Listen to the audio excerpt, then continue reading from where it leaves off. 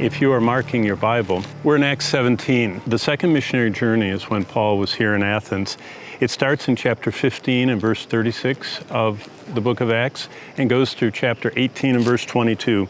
But specifically, Paul in Athens, right where we're standing, is in chapter 17. Starting in verse 16, it says, Paul waited for them in Athens, and his spirit was provoked.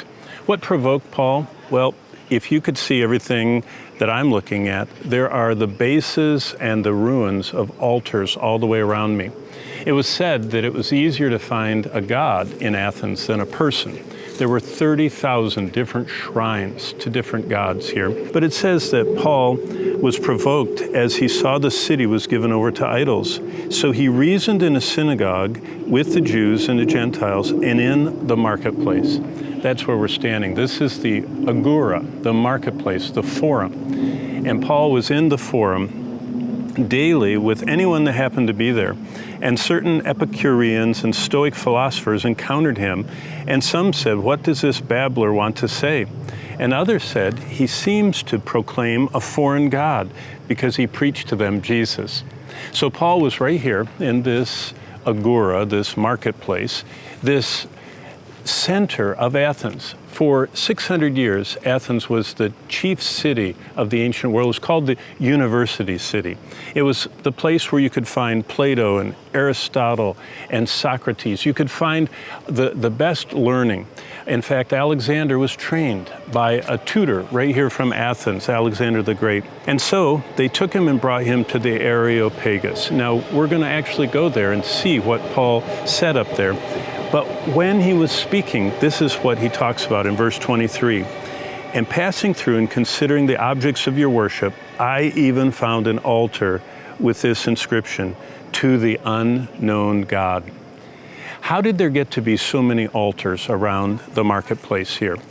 Well, according to history, Epimenides, the Cretan writer, in the year 600 BC, was invited to help the Athenians. They were struggling with a terrible plague.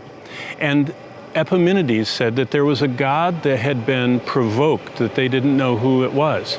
And so he suggested that a flock of sheep be brought, released in this marketplace, and wherever one of the sheep would stop and lay down, to sacrifice it right on that spot and build an altar.